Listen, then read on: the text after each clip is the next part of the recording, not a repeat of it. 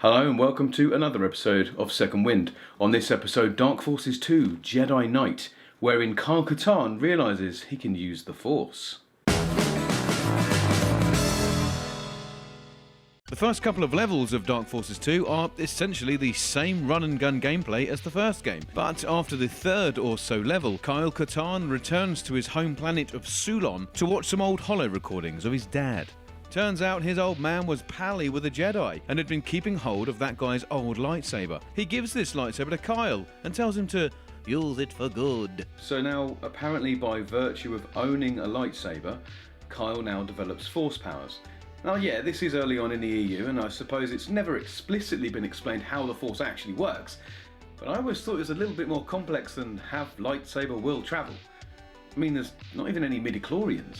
Jedi Knight is set in the wake of the destruction of the second Death Star and pits Kyle against the Dark Jedi, a sect of evil Force users who formed in the power vacuum left after the death of the Emperor. The leader of the Dark Jedi is called Jerec, and he is looking for the Valley of the Jedi, a place of unimaginable power.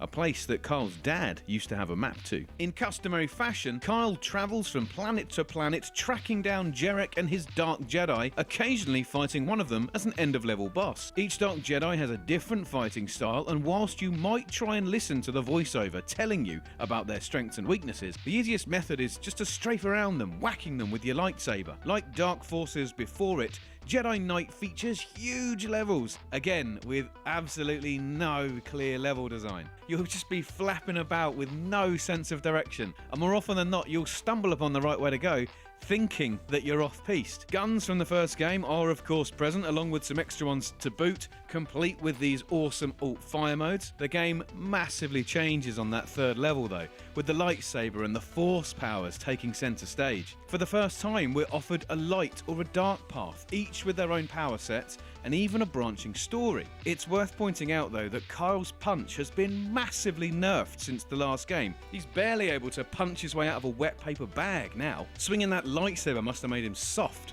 One thing that this game is well remembered for is the cutscenes. There was a period in the 90s where they thought that these full motion video cutscenes were a good idea. And it looks dodgy now, but think about it. This was LucasArts trying to make you feel like you were taking part in a real episode in the Star Wars saga. Good on them for giving it a go. Once all said and done, Jedi Knight is a pretty decent sequel to Dark Forces, but it's my opinion that this game is more about a stepping stone into a better era of Star Wars gaming.